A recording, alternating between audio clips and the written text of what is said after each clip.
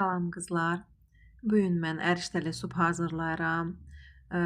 Qiyməmizin üzərinə 2 soğan rəndədən kesib qatıram. Mənim soğanlarım xırda olduğu üçün 2 dənə istifadə edirəm. Soğanınız böyükdürsə 1 soğandan istifadə edin.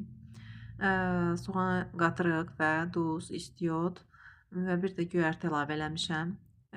Qarışdırırıq qiyməmizi yaxşı-yaxşı və balaca-balaca kiftəciklər hazırlayıram mən.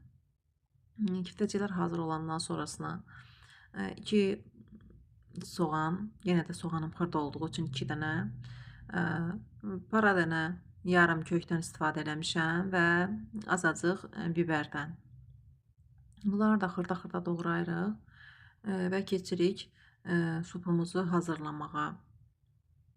Bunun üçün qazana kərə yağı əlavə eləyirik və soğanımızı qovurlamağa başlayırıq. Soğan qovurulandan sonrasına bura doğradığımız yarım kökü və biberi əlavə edib qovururuq. Üzərinə duz, istiot və sarı kök əlavə edirəm və qaynar su əlavə edirəm.